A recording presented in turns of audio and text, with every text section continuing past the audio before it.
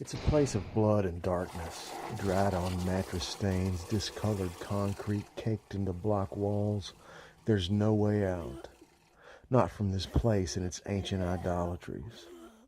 Alone with your sin and the sounds of rape coming from dark corridors, etching violence there into invisible chasms like a chorus of demons in praise of Lucifer, his deeds abound in this darkness. A toilet flushes. A man laments his life, retching, coughing, screaming, sin thick in our throats where once our hearts had taught our tongues to sing. No, there are no children here, just these men, broken and twisted, not really men at all, more beast than man, monsters. We are creatures of blood and darkness.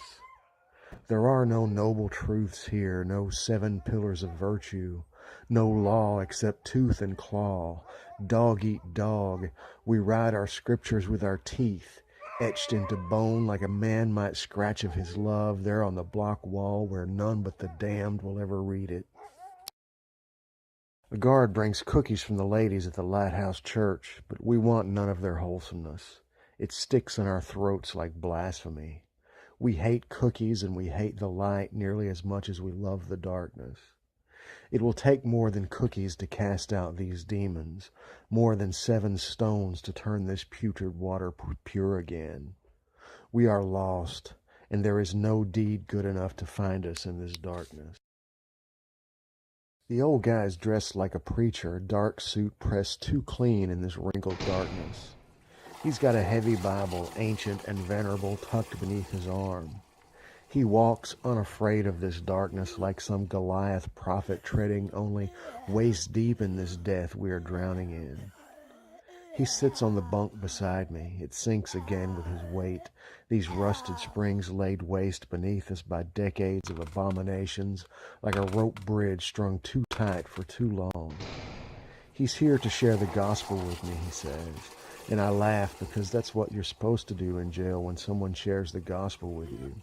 You sit there and laugh in your sin and your blood and your stink.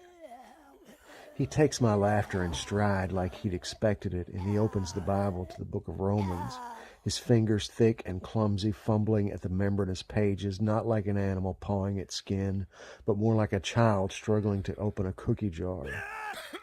He reads, but it's more recitation, his forefinger following along like a sinner taught by saints to read.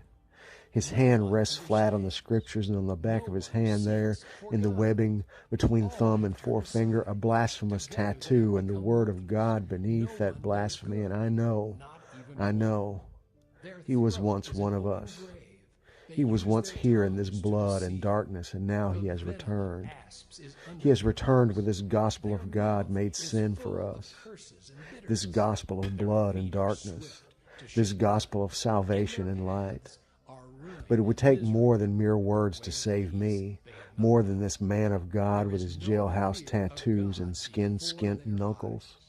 Guys like us, we don't get to ride off into the sunset.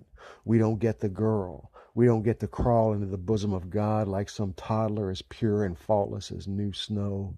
Not with these scars, not with this blood on our hands, not with these bench warrants weighing down our back pockets like stones. No, we sink to the bottom.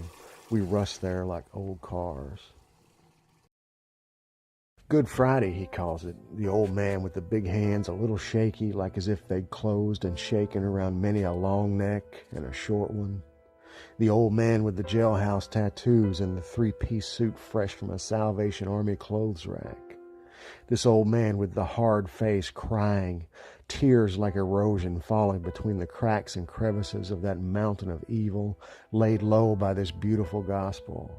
This Good Friday, this ugly day with its sin and its blood, its darkness covering the land. But in the prison yards and D blocks, it was a good day. It was a good day down in the gutters that day. A good day in the crack houses, a good day in the dirty bookstores. It was a good day in the whorehouses, a good day on 53rd Avenue. It was a good day on Wall Street. It was a good day at the White House. It was a good day for sinners like me and this old man bent low beneath the weight of mercy, hunkered down on my bunk beside me, pleading for me to listen as the afternoon drew nigh into Sabbath when no man can work.